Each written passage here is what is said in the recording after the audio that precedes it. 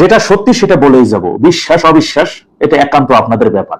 আমি আগে বলেছিলাম এই যে হাম ভাইরাস আক্রান্ত হয়ে এত শিশু মারা যাচ্ছে, বিদ্যুৎ এবং তেলের চরম সংকটে বেঁচে থাকা মানুষের জীবন দিনকে দিন চরম হুমকি হয়ে কঠিন হয়ে দাঁড়াচ্ছে।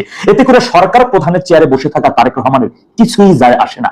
যদি কিছু যায় আসতোই তাহলে এই সংকট মোকাবেলায় এখন তো চোখে পড়ার মতো তার সরকার কি ব্যবস্থা নিয়েছে।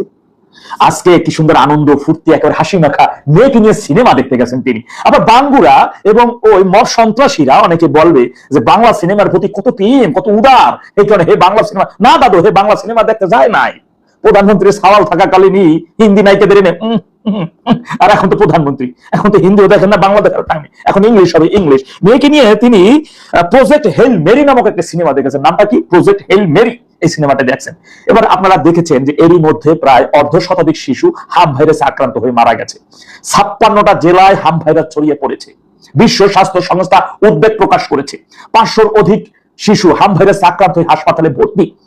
বিগত 2 বছর তথা ডেভিল ইনুস ক্ষমতায় আয় সেই হাম ভাইরাসের রেখে দেওয়া প্রকল্প, এই টিকা সে সবগুলো মেরে দিছে, সব লুটপাট করে খাইছে। তার সরকারের, ডেভিল ইনুসের সরকার যে স্বাস্থ্য উপদেষ্টা ছিল, এই মহিলা তার এলাকায় 5 তলা বিল্ডিং দিতেছে।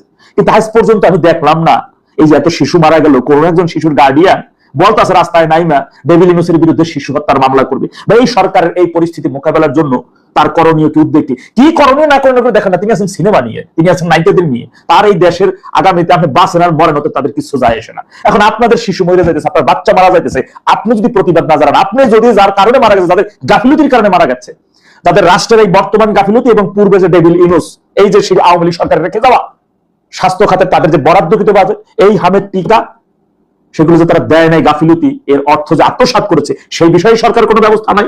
নতুন করে যাতে যেমন আক্রান্ত না হয় সেই বিষয়, দ্রুত সময়ে পরিস্থিতি মোকাবেলার বিষয়। আজকে কৃষকগুলা বলতেছে জমি ফাটল ধরছে, ফসলে পানি দিতে পারতেছে না, পানির অভাবে। আগামীতে জানেন এটা কি ফসলে, এই ফসল সিটা পরিণত হবে। খাবার দুর্ভিক্ষ, চরম দুর্ভিক্ষ নেমে আসবে এই দেশে। বিয়ের পরে মানে বিয়ে আলোক সজ্জা করা যাবে না, মানে বাসর করবেন, বউ নিয়ে থাকবেন, ওইখানে ডুবলাইট জ্বালাবে, ডিমলাইট কোনো লাইট থাকবে না। মনে রাখবেন একই সাথে কলকারখানা এবং গাড়িতে বিদ্যুৎ পাইতেছে না, পাবেন না, এটি সত্যি। চরম আকার ধারণ করবে দুর্ভিক্ষ। দুর্ভিক্ষ এর এতে তারেক রহমান কিছু চাইছে না। দুর্ভিক্ষের সময় দেখবেন আজকে গেছে তিনি কি প্রজেক্ট হেল মেরি সিনেমা দেখতে, এই দুর্ভিক্ষের মধ্যে, এই অবমাননার মধ্যে। আগামী চরম দুর্ভিক্ষের মধ্যে দেখবেন তিনি হলিউড, বলিউড, টলিউড এই সমস্ত সিনেমা দেখতে যাবেন, দেশ বিদেশে ঘুরবেন, ইংলিশ সিনেমা দেখবেন তিনি, আমেরিকান। না কারণে মায়ের দুধ দেয় না ভাই।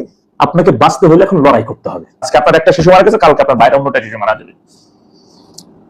এই তেলের জন্য শুধু পাম্পে বসে থাকলে হবে না, রাস্তায় নামতে হবে।